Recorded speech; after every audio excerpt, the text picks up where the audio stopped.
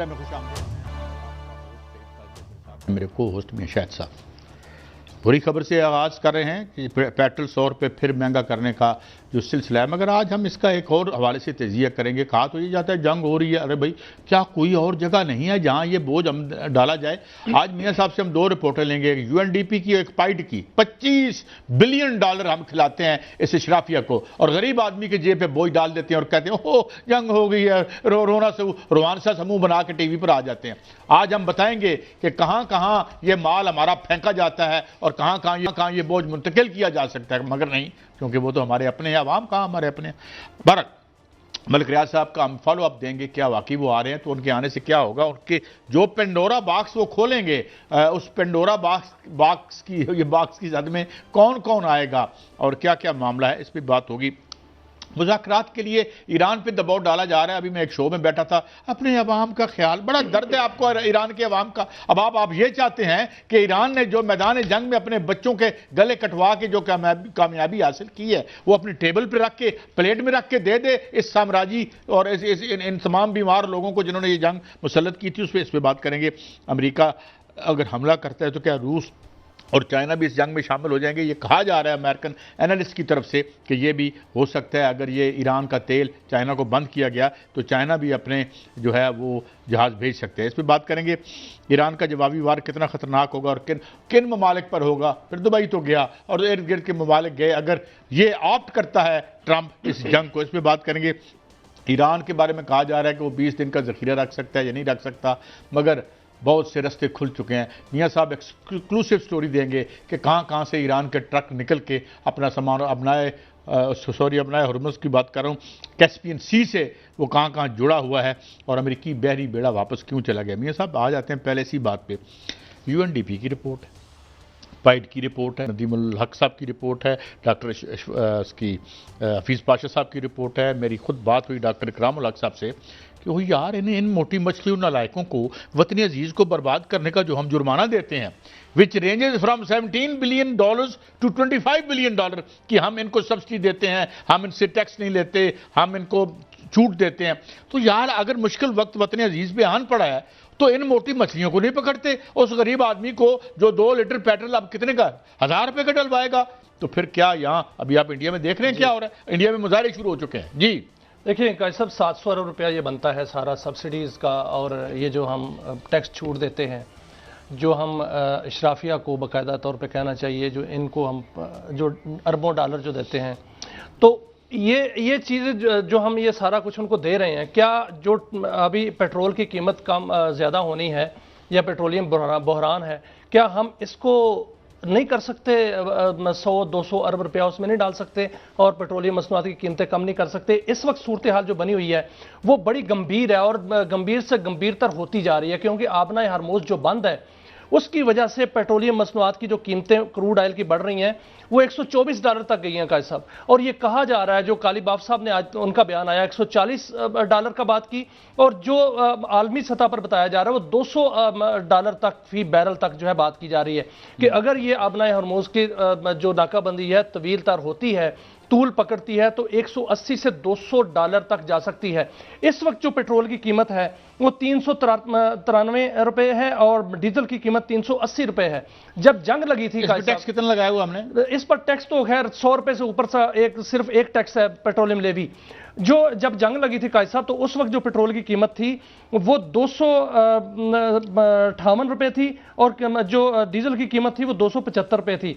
अब ये कहा जा रहा है कि अभी आज या कल वजीर आजम जो हैं वो ऐलान करेंगे, क्योंकि वजीर आजम एक खुशखबरी दे चुके हैं। इसको खुशखबरी तो नहीं कहना चाहिए, मुझे एक बात कहना चाहिए, तंबीह कहना चाहिए।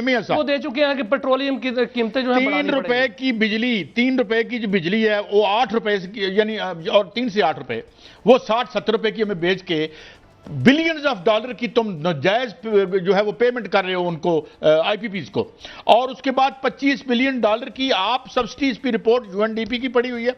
हफीज पाशा साहब से बुला लें, डॉक्टर इकरामुल हक साहब को बुला लें, उनसे पूछें, डॉक्टर नदीमुल हक साहब को बुला लें, उनसे पूछें, वो तो और चीजें भी बड़ी शामिल करते हैं मगर छोड़ दें। यानी आपने कितना कुछ चलना है हमको, आप जो है जो बिजली जहां 3 रुपए की या 8 रुपए की पाकिस्तानी रुपए में, जी जी 8 रुपए 8.5 रुपए की हमसाये में बन रही है, वो 60-70 रुपए की सब यहां भी बन रही है। मार रहे हैं आपने हमें। सब यहां भी 8 से 9 रुपए की बन रही है बिजली की, जो कीमत है यहां भी इतनी है, ऊपर से मलाई उतार के। तो लेकिन उस पर कितना है, 17 रुपए की कैपेसिटी चार्जेस हैं, और वो कैपेसिटी चार्जेस जो हैं वो सार्फिन जो है हर साल 2000 अरब रुपया देते हैं, 1800 से 2000 अरब रुपया। अगर इसका हिसाब लगाया जाए तो ये कई हजार अरब रुपया ये बनता है। आपने जो PL-PDL जो है वो लिया 14000 अरब रुपया ये बन गया।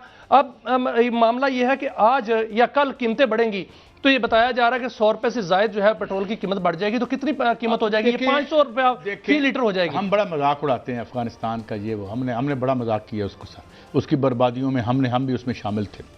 66 रुपए का लीटर पेट्रोल दे रहा है, और यानी वहाँ पे तकरीबन इतने का ही आपको एक अफगानी आ जाता है, $1 आ जाता है 60-70 रुपए का।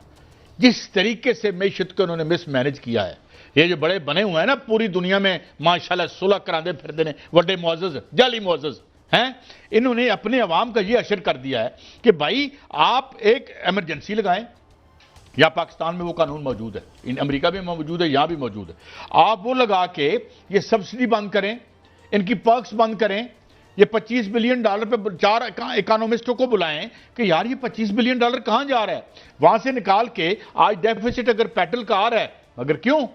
क्योंकि हमने हुकूमत भी करनी है, ऑयल कंपनियां भी हमारे फ्रंटमैनों की होंगी, हमारी जो IPPs हैं वो भी हमारे फ्रंटमैनों के पास होंगे, हम आपको कुचलेंगे। सर किया तो है, क्योंकि जो इंडस्ट्री के लिए बिजली की कीमत कम की थी वो 249 बिलियन सार्फिन, घरेलू सार्फिन नहीं दे रहे फिक्स टैक्स की मद में, इस तरह सब्सिडी तो कम की जा रही है ना किसी ना किसी मद में। वो जो नए मसले आए हैं, लेकिन ये एक नए रिफॉर्मर भी तो आए हैं ना दोबारा से। हाँ, कौन बड़ा?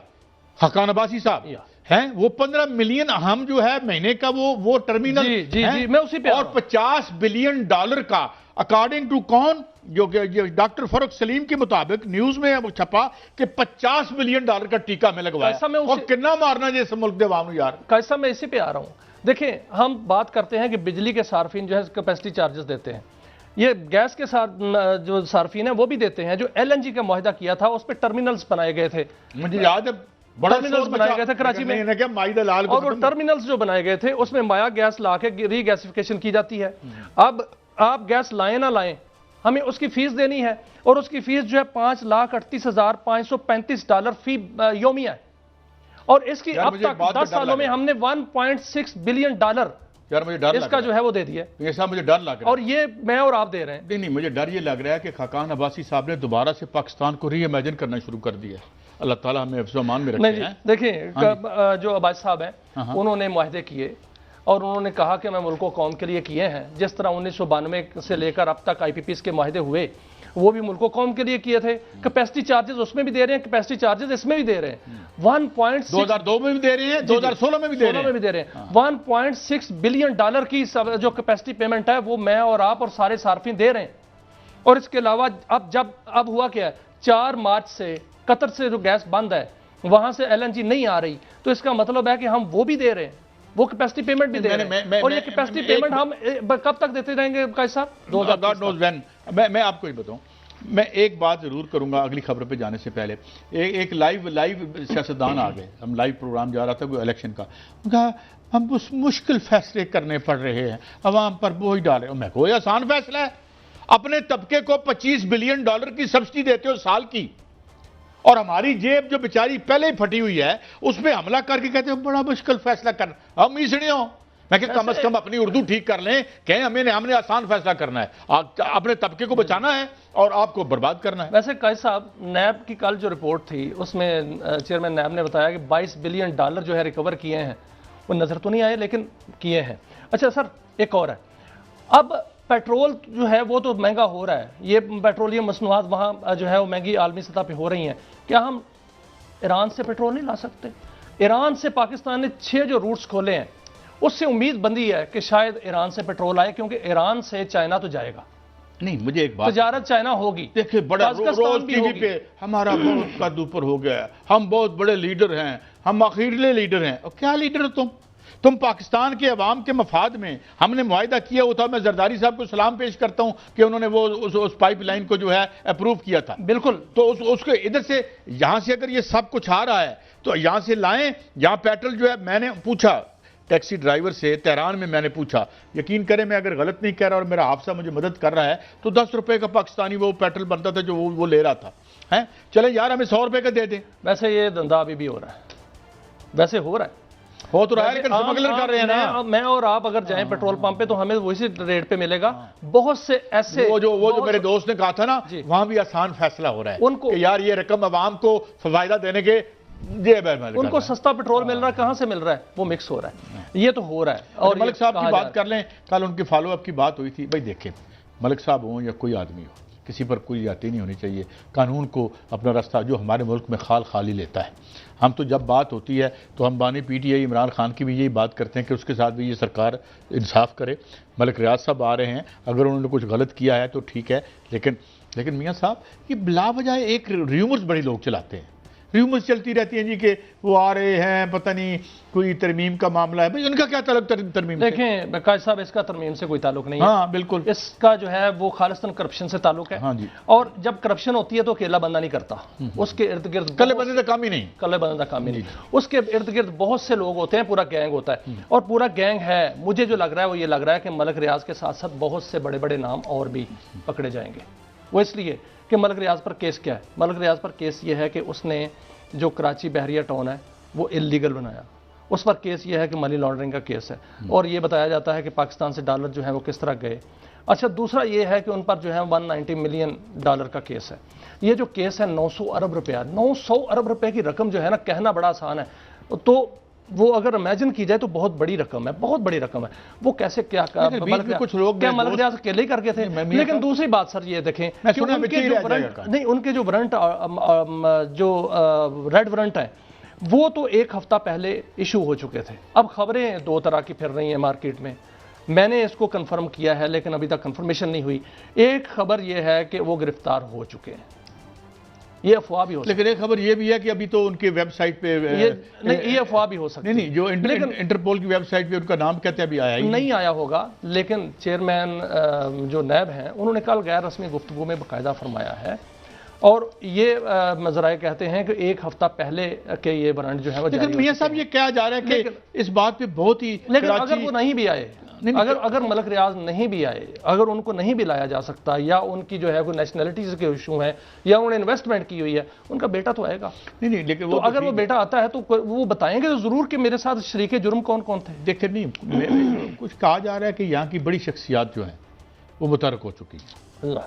मियाँ साहब उनके लिए जाहिर है, वो उन्होंने भाई वो कहते हैं ना कि बड़े लोगों के, बड़े जो लोगों से ही साथ होता है ना, क्या उसे पंजाबी एक मुहावरा ही था ना, तो वो वैसे थे मुहावरा बड़ा अजीब जिहा, कहते बड़े लोगों के बड़े गुनाह। लेकिन नहीं, ये बड़े गुनाह की भी बात वो कहते हैं ना कि क्या कहते हैं, पता नहीं, मुझे ज़हन में नहीं आ रहा। तो वो कहते हैं जी बहुत लोग मुतहरक हो चुके हैं। और फिर दूसरी बात एक और भी है, गलत या सही मुझे नहीं पता, गलत है या सही है, इतनी बात उन्होंने ज़रूर कही थी कि मैं एक ज़माने में, उन्होंने कहा था कि मैं फ़ाइलों को पे ये लगा देता हूँ। बिल्कुल, अब पता नहीं वो किस शोबे की फ़ाइलें थी, मतलब कई शोबे होते हैं ना। लेकिन ये कहा जा रहा है, वैसे ये अफवाह भी हो सकती है कि उन्होंने दुबई में भी पहिए लगाने की कोशिश की और वो लगे नहीं, क्योंकि दुबई में कुछ कानून जो है बड़े सख्त हैं। बहरहाल ये जो रेड वारंट है वो तो जारी हो चुके हैं। अब मलिक रियाज साहब को नैब ने लाना है। नैब अगर उनको लेके आती है तो उन पर जो है वो केस चलने, एक में वो इश्तिहारी भी है। नहीं, एक खबर ये भी आई थी, पता नहीं देखिएगा आप, कंफर्म करते हैं, कि उन्होंने ये भी कहा था कि देखें मैं बहुत से, फिर जिस तरह एक दफ़ा मरियम साहिबा ने भी कहा था ना कि उनके पास बड़ी वीडियोज़ हैं और ऑडियोज़ हैं, तो ये वो कह रहे हैं कि भाई मैं भी बहुत चीज़ों को जो है वो तश्तज़बाम कर दूंगा। ये गलत है, ये सही है? नहीं, ये बिल्कुल ठीक है। देखें, सन 2000 से लेकर जब तक वो बाहर गए हैं तब तक जो है, आप देखें वो हर हुकूमत में आंख का तारा नहीं रहे, सिर्फ डिसीजन मेकिंग में रहे हैं, और रोल मॉडल थे भाई सबके। जब कोई तनाज़ा होता था इस्लामाबाद में, वो सुलह कराते थे हुकूमत की जानिब से। वो हर आपने ये नहीं बताया कि वो चाय किसकी हाथ की पिलाते थे। देखें वो ये मुझे याद है कि वो कहते थे कि PhD की हाथ की पीनी है चाहे, या किसी बड़े अफसर के हाथ की, यानी वो इसमें मजा लेते थे। कि मैं एक प्रोफेसर के हाथ से चाय पिलवा रहा हूं। हाँ हाँ, क्योंकि और ये पढ़ाई की औकात है। वो खुद कहते थे कि मैं पढ़ा लिखा नहीं हूं, कोई इसमें क्या हर्ज है, लेकिन वो जिस तरह पहिए लायक बड़े सन वैसे। हाँ, लायक बहुत थे, उन्होंने इतने लायक थे कि इतने बड़े जो बहरिया टाउन है वो खड़े किए, उन्होंने बहुत बड़ी एम्पायर बनाई। उन्होंने जो कराची का बहरिया टाउन है वो बहुत लंबा चौड़ा है, सुना है, मैंने नहीं देखा। देखिए, डॉन ने एक स्टोरी की थी और जिसमें उन्होंने कहा था कि ये जो बाद में कोर्ट में भी सिलसिला गया, गोठों से लोगों को उठाया गया, और सिर्फ डॉन ने ये स्टोरी की थी और फिर हमने भी उसको चैनल पे किसी पे किया था। तो लेकिन मैं फिर भी कहूँगा, आगे बढ़ते हैं ब्रेक की तरफ, ना खुदा लगती कहूँगा, भाई खुदा का वास्ता एक रवायत ये है कि भाई ना किसी को गलत, किसी को ना प्रोसिक्यूट करें, किसी को जो है वो हक और इंसाफ, कभी तो इस मुल्क में उसका बोलबाला हो। इजाज़त दीजिए ब्रेक के लिए, और ब्रेक के बाद हम हाज़िर हो रहे हैं और उसके बाद बहुत सी खबरें हैं। अमेरिका बहादुर की जंग के हवाले से बात करेंगे, रूट्स खुल रहे हैं उसके हवाले से बात करेंगे, कहाँ कहाँ से ट्रक निकल रहे हैं, ये नहीं निकल रहे, वहाँ से बात करेंगे एक ब्रेक के बाद।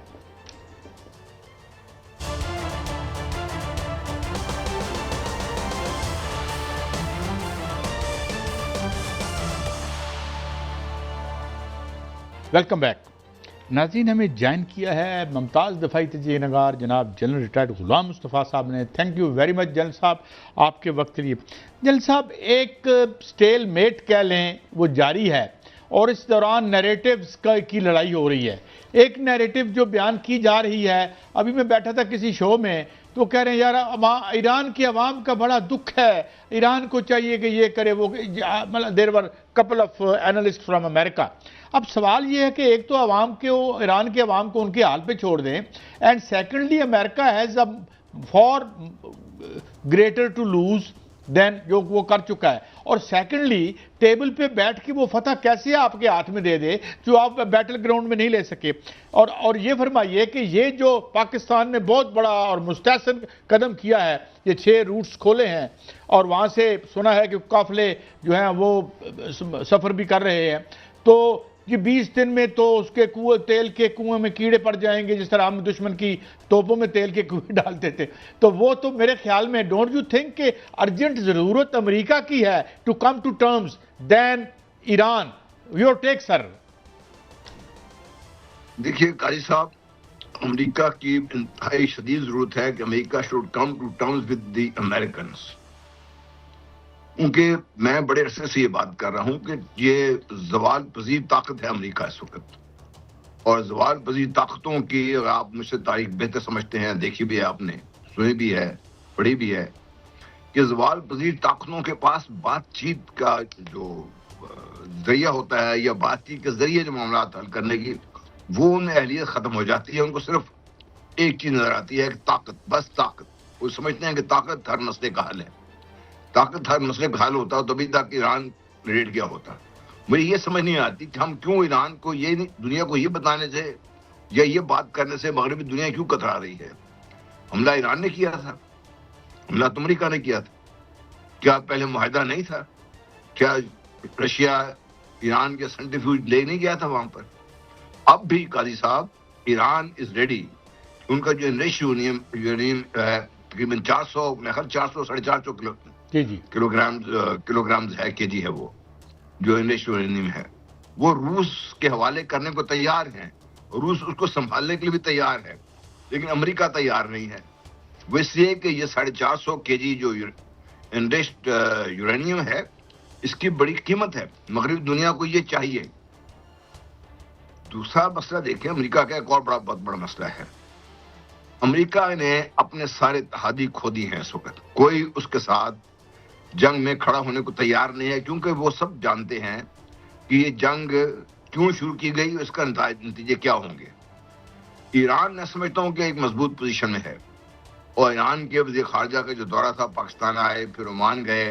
उनको ओमान का एक जजीरा भी अपोजिट ईरान है एक, तो उन दोनों ने आपस में मामला तो तय किए हुए हैं कोई। फिर वो पाकिस्तान आए, पाकिस्तान से बातचीत की, फिर रूस चले गए।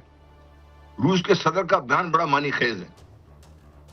अमेरिका को इस बयान का मेरा ख्याल है उसकी गहराई का अंदाजा नहीं है, क्योंकि बहुत कम बात करते हैं ऐसे मामलात में जो रूसी हैं। जब बात करते हैं तो उसका मतलब डेफिनेटली बड़ा सीरियस मसला होता है। और इस वक्त ईरान जो हथियारों के लिहाज से भी इस पोजीशन में है कि वो जो अमेरिका ने जो कुछ भी अभी तक हासिल किया था उसको और नुकसान पहुंचा सके। America risk losing not only it's, क्या कहते हैं, अपनी जो एयरक्राफ्ट कैरियर्स हैं उसकी जो रही सही साख है वो खत्म हो जाएगी। अमेरिका को उसका अंदाजा है। इसलिए मैं समझता हूं कि अमेरिकन को चाहिए कि इस ट्रंप से जितनी जल्दी जान छुड़ा लें और जितनी जल्दी मामला तय कर लें वो बेहतर होगा। उनको ईरान के अवाम की फिक्र है। 47 साल से फिक्र नहीं थी जब वो उनको फाकाज़दा करने की कोशिश की जा रही थी। उनको सिर्फ फिक्र नहीं थी, अब बाकायदा हमला हुआ था ईरान पर और उनके बच्चों को शहीद कर दिया गया। एक दिन में 173 बच्चियां एक स्कूल में शहीद कर दी गई, कई अस्पताल खत्म कर दिए गए। उस वक्त किसी को ईरान का ख्याल नहीं आ रहा था, अब सबको ईरान का ख्याल आ रहा है कि ईरान को बात करनी चाहिए। ईरान क्यों बात करे? लेकिन जब सब ईरान वाकईतन क्यों बात करे? और जो अमेरिका है, आपने फरमाया कि वो ज़वाल पजीर ताकत है, इसमें कोई शक नहीं, लेकिन ज़वाल पजीर ताकत जो है वो आज एक और काम करने के लिए जा रही है जिस पर ऑप्शंस पर गौर किए जा रहे हैं। और सदर ट्रंप को जो है वो एक 3 ऑप्शन जो है उन पर जो है उनके सामने रखे जाएंगे। और मुमकिन ऑप्शंस ये हैं कि मुख्तर मगर शदीद ताकत से हमला किया जाए ईरान पे। और ये भी जो उनके कमांडर्स हैं वो कह रहे हैं कि आबना हरमुज़ में जो बहरी कंट्रोल है उसको मजीद पहले से मजबूत कर दिया जाए, या ईरान की अफसुदा शुदा जो यूरेनियम है उसके ज़खायर को निशाना बनाने के लिए ज़मीनी ऑपरेशन किया जाए, कमांडो ऑपरेशन किया जाए। क्या अमेरिका अब इस लेवल पर, इस पोजीशन पे है कि वो इस तरह का हमला कर सकता है? और अगर अमेरिका ने यह हमला कर दिया और इतनी ताकत से हमला कर दिया कि जो शिद्दत की ताकत कहा जा रहा है, तो फिर ईरान के पास ऐसी कैपेबिलिटी है कि उसका उस तरह जवाब दे सके जिस तरह पहले जवाब दिया था? जी बिल्कुल, मैं समझता हूं कि ये जो कुछ भी ऑप्शन हैं ये एक नैरेटिव बिल्ड किया जा रहा है। अगर अमेरिका इस काबिल होता तो पहले कर चुका होता। अमेरिका ग्राउंड ऑपरेशन चाहे वो किसी भी फोर्स को लेके आ जाए वो पहले नुकसान उठा चुका है। पहले भी उसके तकरीबन 170-180 फौजी कैद में हैं ईरान के, उन्होंने जो पहले ऑपरेशन किया था। उस साथ तो ट्रंप साहब की ज़हनी हालत ये हो गई थी, उनके chairman joint chief of staff committee है, ये फ्रांस के चेयरमैन 24 की खबर थी कि अमेरिकन चेयरमैन जो है उनके ज्वाइंट चीफ ऑफ स्टाफ, उन्होंने ट्रंप साहब को आराम से कमरे से बाहर ले गए थे, क्योंकि जो ऑपरेशन फेल हुआ जब हुआ तो उनको भी समझ नहीं आ रही थी कवर कैसे करें इसको। तो ये तो उनके पास ऑप्शन तो हैं, वो कर भी सकते हैं। इतना पागलपन भी मौजूद है ट्रंप साहब के, वो कुछ ना कुछ कर गुजरेंगे। लेकिन नताइज क्या होंगे? क्या ईरान को वो रोक देंगे कोई इजराइल पे हमला ना करे? क्या ईरान को वो रोक देंगे कि जो अमेरिकन बेसिस हैं इस खित्ते में उन पे हमला ना करे? क्या ईरान को वो रोक सकते हैं कि वो खलीजे हुर्मुज़ है इसको तो बंद किया हुआ उसने, बाउल-मंदों को बंद कर दे इसको, और वो कर सकते हैं?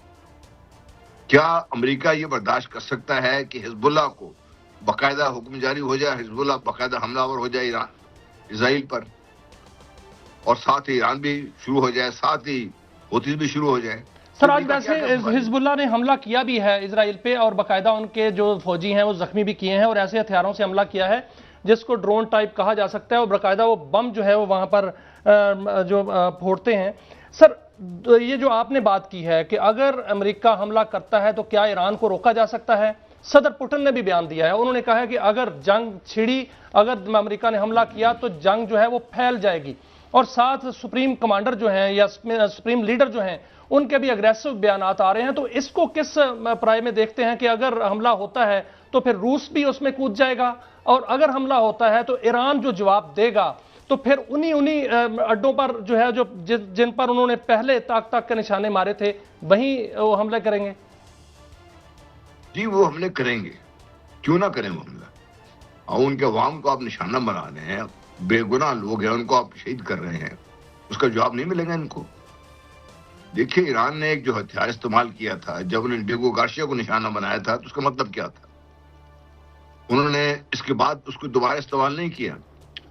अभी उनके पास ये रिजर्व मौजूद है कि वो किसी न किसी तरीके से यूरोप को तो निशाना बना सकते हैं। और मुझे जो शक ये भी है कि जो उनको हथियार मिले हैं, ये बनाए हैं उन्होंने, उनके पास ये कैपेबिलिटी भी है कि अमेरिका मेनलैंड पर भी पहुंच सकते हैं वो लोग। ये तो बहुत बड़ी खबर है जनरल साहब कि अमेरिका तक जो है उनके हथियार पहुंच सकते हैं। तो क्या ऐसी सूरत हाल में रूस भी जंग में कूद सकता है? देखो, रूस को तो कूदने की जरूरत नहीं है ना। रूस ने तो ऑलरेडी जो सप्लाई करने थे तैयार कर दिए हैं। जब वो कहते हैं कि ये फैलेगी जंग, तो जंग फैलेगी इसी किसी के यूरोप निशाना बनेगा, अमेरिका का इंटरेस्ट है। और इस मेरा अंदाजा है, मुझे वो मतलब मुतरद खबर नहीं है, लेकिन मेरा अंदाजा ये है कि जब नॉर्थ कोरिया से उनको जो लेटेस्ट मिसाइल मिले 500 के 1500 के करीब, जिनका 15,000 किलोमीटर रेंज है, तो 5,000 किलोमीटर और रेंज वाले मिसाइल भी तो मिल सकते हैं ना उनको इतने दिनों में। अच्छा जल साहब, एक और आखिरी सवाल मैं करना चाहूंगा, ये जंग अगर दोबारा होती है तो डाटा सेंटर्स जो हैं, जो बेसिकली कि जाहिर है उनके मिलिट्री कॉन्ट्रैक्टर्स हैं दुबई में, तो उसका तो बुरकस निकल जाएगा। सर आपने यह भी फरमाया था कि 450 किलोग्राम अफसूदा शुदा यूरेनियम है और इससे कहा जा रहा है कि 15 से 16 एटम बम बन सकते हैं। देखिए, एटम बम बनाने का तो ईरान ने खुद इरादा नहीं किया, उन्होंने खुद इसलिए तय किया हुआ है एटम बम नहीं बना रहे। अमेरिका इसको लेके जाना इसलिए चाहता है, रूस के हवाले क्यों नहीं कर देता अमेरिका? रूस ने तो ऑफर किया है कि भाई ये 450 kg जो मैं ले जाता हूं महफूज रहेगा, हमारे पास रिसोर्सेज भी है, हम रख भी सकते हैं। अमेरिका ये भी हजम करना चाहता है ईरान के तेल के साथ, इराक के तेल के साथ, लीबिया के तेल के साथ साथ वो ये जो इनरिच्ड यूरेनियम है इसको भी हजम करना चाहता है, क्योंकि ये बड़ी कीमत के माल है। ये भी है, इससे बहुत सारे ये जो पावर सेंटर्स हैं ये चलते हैं इससे बहुत ज्यादा। तो मेरा अपना ख्याल ये है कि अब अमेरिका शायद कोई और गड़बड़ ना करे, क्योंकि अमेरिका जितना भी नुकसान उठा सकता था उठा लिया उसने, अपनी जो प्रेस्टीज थी वो दाव पे लग गई है उसकी। अब वो बात करते हुए जो पहले अमेरिका था उसकी बात लोग सुनते थे, उसकी बात पे अमल करने का भी गौर करते थे, लेकिन अब अमेरिका की बात लोग ना सुनना चाहते हैं, उस अमल करना तो उस पर मेरा ख्याल है बड़ा मुश्किल काम होगा किसी के लिए भी। और ये जो हमारे खलीजी रियासतें हैं इनमें से भी बहुत से जो हमारे सऊदी अरेबिया है, कतर है, कुवैत है, इन लोगों ने भी मेरा ख्याल बड़ा वाज़ेह कर दिया अमेरिका कर भी, दैट्स इट, नो मोर। लेकिन दुबई जो है उसने तो अपनी जो अलाइनमेंट है वो वाजे रखी है, तो क्या Dubai can be dragged in the case of any other escalation? तो don't you think Dubai has to pay ज्यादा उसको नुकसान होगा? जी, तकलीफ भी होगी मुझे इस बात की, लेकिन दुबई ने बात समझी नहीं है पूरी। दुबई एक अलाकार बन के रह गया हुआ है इजराइल का और अमेरिका का। उनका ख्याल ये है कि दुबई को इस्तेमाल करके एक तरफ से स्टेट ऑफ हॉर्मुज़ पर, दूसरी तरफ से बाब मंदब पर वो उनका कोई ना कोई असर रसूख इस्तेमाल कर लेंगे उसका। वो दोनों जगह से नाकाम हो गए हैं। अब दुबई का अपना जो हाल है, दुबई की अपनी जो ओपेक से निकल गया वो, उन्हें अपनी कीमत शुरू कर दी है, अपनी कीमत पे तेल बेच रहा है वो। और आपने बिल्कुल दुरुस्त फरमाया जनरल साहब। मैं कल देख रहा था कि वो जो इमिग्रेशन सर्विसेज ऑफर करते थे उन्होंने बड़ा ड्रास्टिकली डाउन नीचे लेके आएंगे, मगर अब वहाँ कौन जाएगा। मगर बहुत शुक्रिया जनरल रिटायर्ड गुलाम मुस्तफ़ा, हमें लाइटन कर रहे थे इस वेरी जो कम्प्लेक्स इशू है, इसको हम मजीद समझने की कोशिश करेंगे। जब वापस आएंगे तो हमारे साथ air commander retired Khalid Chishti साहब होंगे, उनसे हम मजीद मुख्तलिफ हवालों से ये बात करेंगे। आप हमारे साथ ही रहिए।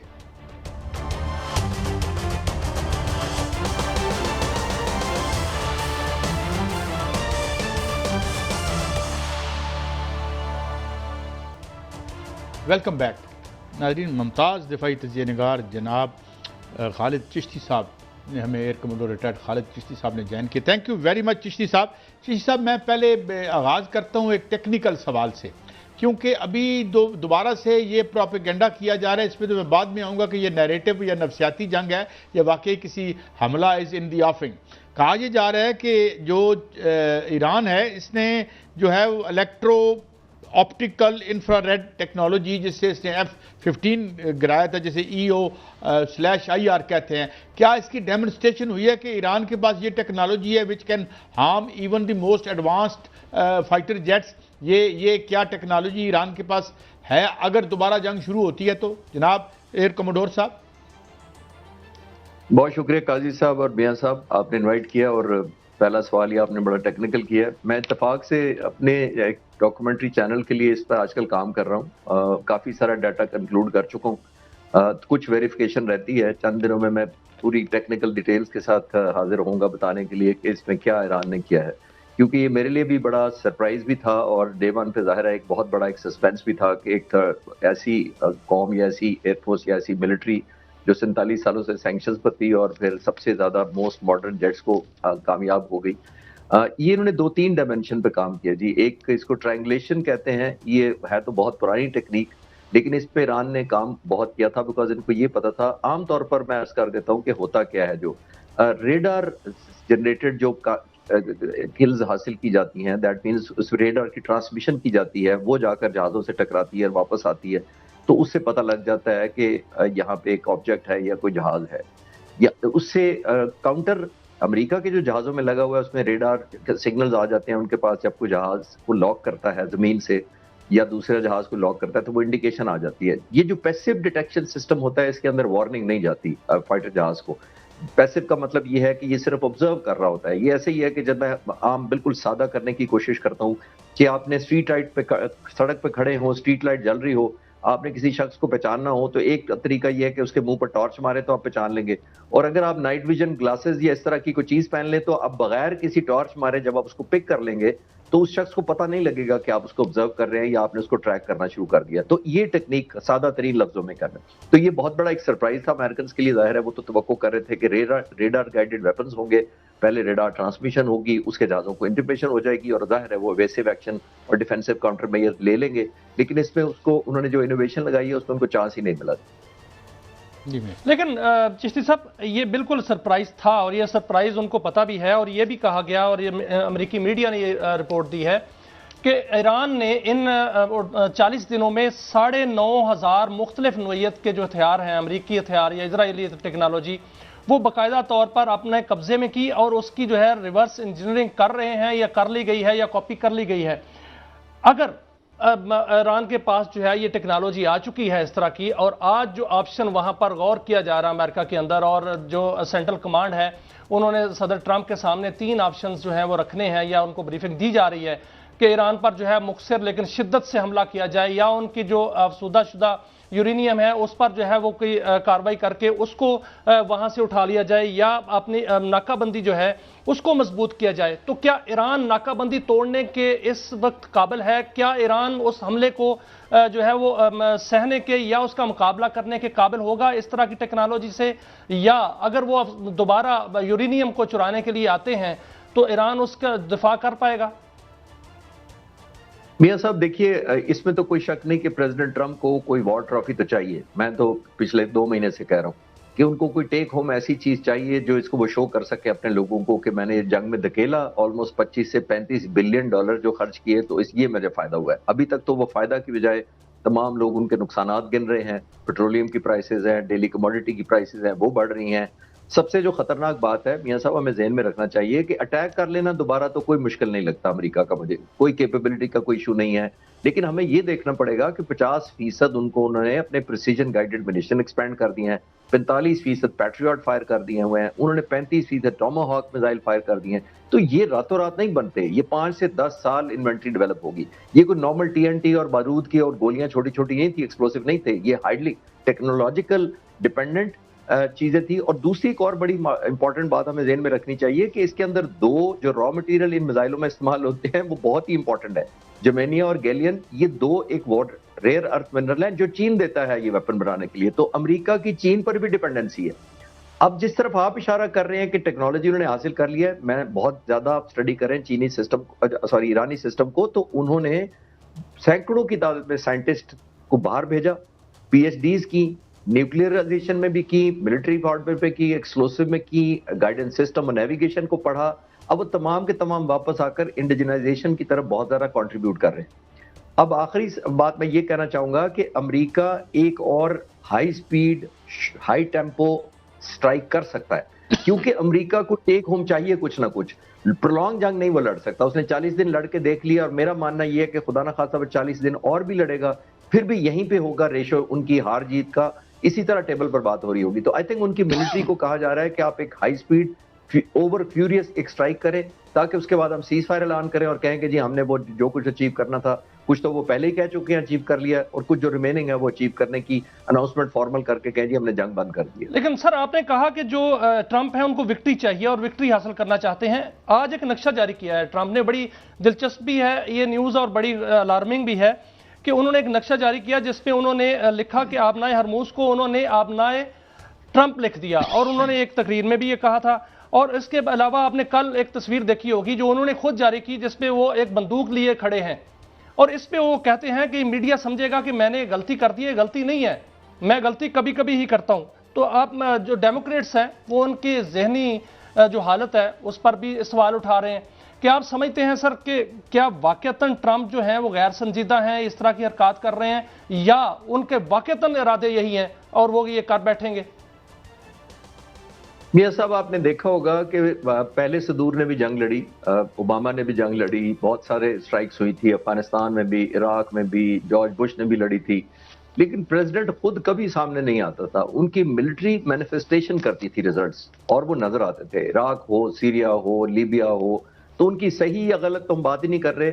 मोस्टली पेंटागन करता था, उनकी ब्रीफिंग्स होती थी, उसमें फॉर्मली डिस्क्लोज किया जाता था, अपने विक्ट्री क्लेम्स किए जाते थे। सही या गलत वो तो बात की बात है, लेकिन पहली दफा आपने देखा कि प्रेसिडेंट ट्रंप डे 1 से ट्वीट्स और सोशल मीडिया और ट्रूथ और बहुत सारे जो सोशल मीडिया के उनके अकाउंट्स हैं, उनसे वो ऑप्टिक्स की जंग भी लड़ रहे हैं, और बल्कि ज्यादा लड़ रहे हैं। और ज्यादा लड़ना इसलिए उन पर ऑब्लिगेशन हो गई है कि उनकी मिलिट्री वो अचीव नहीं कर सकी जो उनसे तवक्को की जा रही थी। अभी भी सबसे बड़ी नेवी वो है, इसमें कोई शक नहीं, उनकी फोर्सेस अभी भी सबसे स्ट्रांग है, कोई शक नहीं।